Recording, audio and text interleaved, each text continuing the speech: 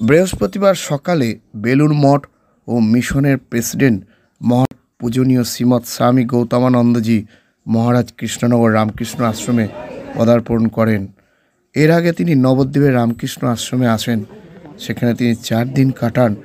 এদিন কৃষ্ণনগর রামকৃষ্ণ আশ্রমে পা দেওয়ার সঙ্গে সঙ্গে ভক্তরা ছুটে আসেন, খুব খুশি হন তারা।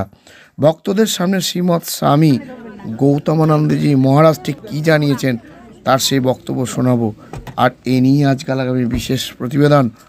বেলুড় মঠ ও মিশনের প্রেসিডেন্ট স্বামী গৌতমানন্দজি মহারাজ বললেন সৎসঙ্গের কথা। মহারাজ এখানে এসে কেমন লাগলো?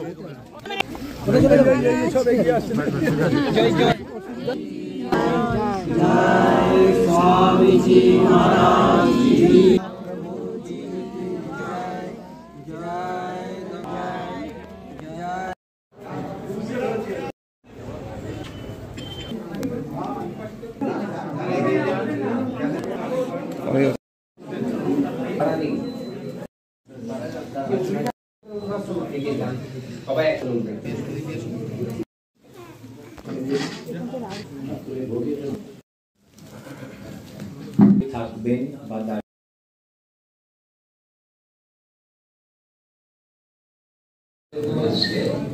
सर्वधर्मस्वरूपिणे अवतारवरिष्ठाय देवानंद साधुवृंद एवं भक्तवृंद যেন পরিচয় করালেন। আমি প্রথমবার এখানে আসছি, আমি তো এখন যাচ্ছি সারগাছিতে, রাস্তায় আনন্দ করলো যেতে উপদেশ দিয়েছেন। ঠাকুরের যে কথা বলতে পড়ে ওরা সবাই বুঝবে ধর্মের সম্বন্ধে যা যা বলবার আছে। যেহেতু ধর্ম অন্যান্য ধর্ম হতে পারে, হিন্দু ধর্ম হতে পারে, সব ধর্মের সারটা ভগবান শ্রীরামকৃষ্ণ বলে দিয়েছে। কোনো ধর্মের সম্বন্ধে সন্দেহ থাকতে পারে না, সব সন্দেহ চলে যাবে। ধর্ম মানে আমরা কি মনে করি?